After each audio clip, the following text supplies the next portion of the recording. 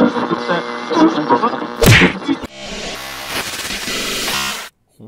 going on, guys? Hope you're having a great day out there today, guys. We are working on the Axiel Ryft a little bit. Now, I know this car isn't everyone's cup of tea, and we've talked about this before. It needs some upgrades, it needs some things, but the car is just a blast. It is a lot of fun. You can't knock this thing, guys, until you actually drive one. They're a completely different driving experience. There's something just very fun about these. I don't know what it is. But anyway, anybody who caught the last video on this, we're out there running it, launching this thing, bashing it, jumping it, and having just an overall good time with it. The new links all held up great, had no problems with these, didn't break any of these now, so that was definitely a huge improvement. But I was getting mainly rear-wheel drive. I was getting a lot of slip in the center and a lot of slip in the front. And I want to pretty much lock this thing up so it's just four-wheel drive. I've seen a couple guys do this, completely lock them up, and they really look like they made them exactly what I'm looking for. So I ordered up a couple more of the differential spools. This is for the RBX10 Ryft, and that is the part number there for the spool guy. Guy. Anyway, it's been a long day. Anyway, I'm not going to bore you guys with the entire process, obviously. I'm going to kind of go step by step. This isn't the easiest car to work on. I will definitely say that. I mean, the car's got its faults, but it makes up for it in the fun factor. But the front is a little bit time-consuming to take apart. You got to pull these top screws out on either side. You got to pull the wheels off. You got to take this link off and basically get these. I'm not even sure what these are called, but these got to slide out a ways in order to pull the drive shafts out of the center diff down here.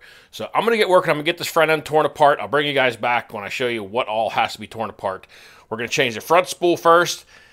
And then for the more dreaded part of getting the cab off this thing, which, I mean, it's not terrible, but there's a few screws and a few things in getting the center diff out of this thing. But I'll show you guys what it's like along the way. So stay tuned, everybody.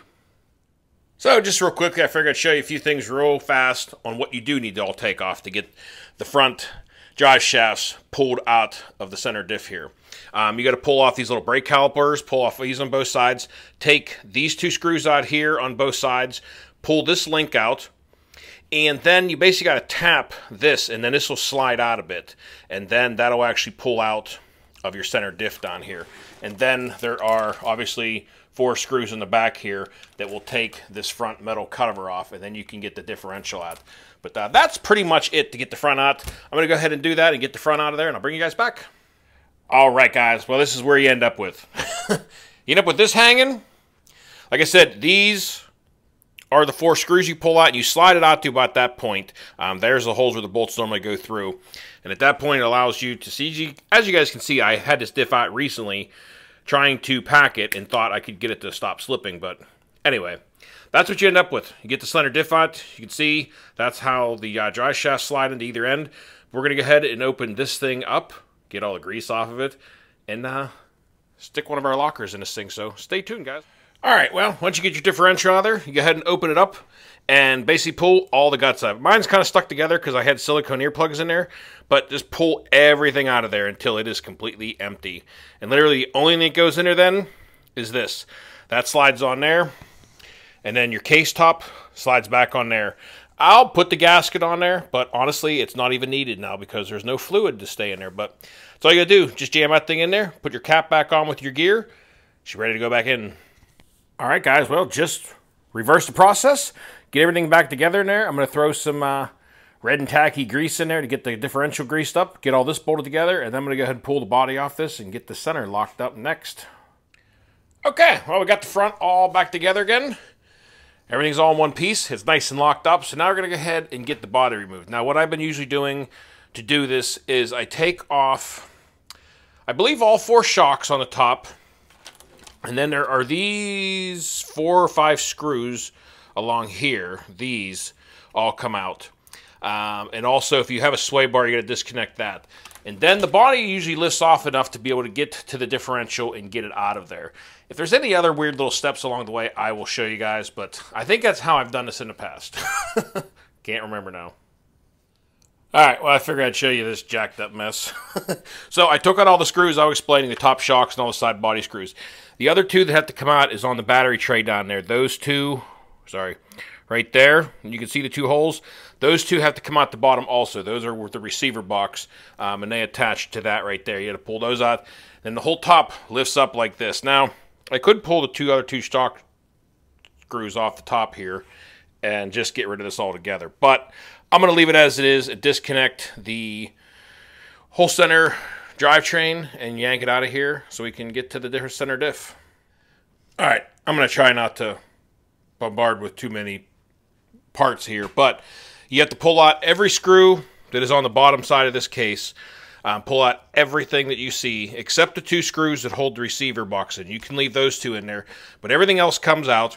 Then you'll get this whole thing out in one big unit. Then you unscrew the 2 screws off the ESC and your power switch off of here, and then finally everything is free. Just pull your motor wires, and now you have the whole unit to work with. All right, well, once you get that all out of there, you go ahead and pull out all the screws. There's one here and here and here and down in there. Pull out all the, 1, 2, 3, 5 screws on the back side of this. And then your cases will split. And now you got access to your center diff. So just keep in mind and keep an eye on the bearings because they do like to fall out of the cases. So we're going to go ahead and get the center diff out of here and basically do the same thing we did the front. Pull everything out of there, stick the locker in there, and put it back together, guys. Okay, well, go ahead and gutted this thing out.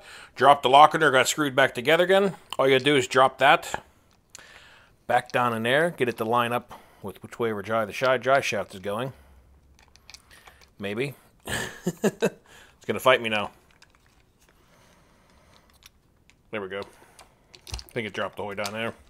But go ahead and slide that in there with the gear side facing up. And go ahead and snap your case back on and get all your screws on there.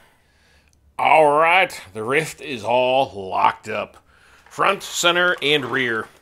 So, just repeated the process. Got all the screws. Like I said, guys, all these screws are the ones you want to take out, get back in there again. Just went ahead and repeated the process. Got everything together, and everything fit up in there beautiful. So now, we're going to go ahead and check a battery in this thing and see how she looks and how the wheels are turning. It should all be nice, even power distribution from the front to the rear now. All right, guys, we got a 4S LiPo in this thing. I can't get on the trigger too hard because it wants to go forward. And you can see my one rear tire is a little out of balance. Now the backs do balloon slightly more than the front. But everything is locked up tight. Really excited to take this thing out for another rip now. With everything locked up and seeing how she handles, how it drives. Should be a good time, guys. But thanks for tuning in. This is, I figured I'd put together a little video with getting all the differentials locked up on the Axiel Ryft. I know a lot of these aren't out there, and a lot of people either love them or hate them, it seems. But I really enjoy mine. It needs a little tinker and a little bit of work, but it's a lot of fun. But that is going to do it for the video today, guys. So until next time, y'all be safe. Be careful out there. Peace out, everybody.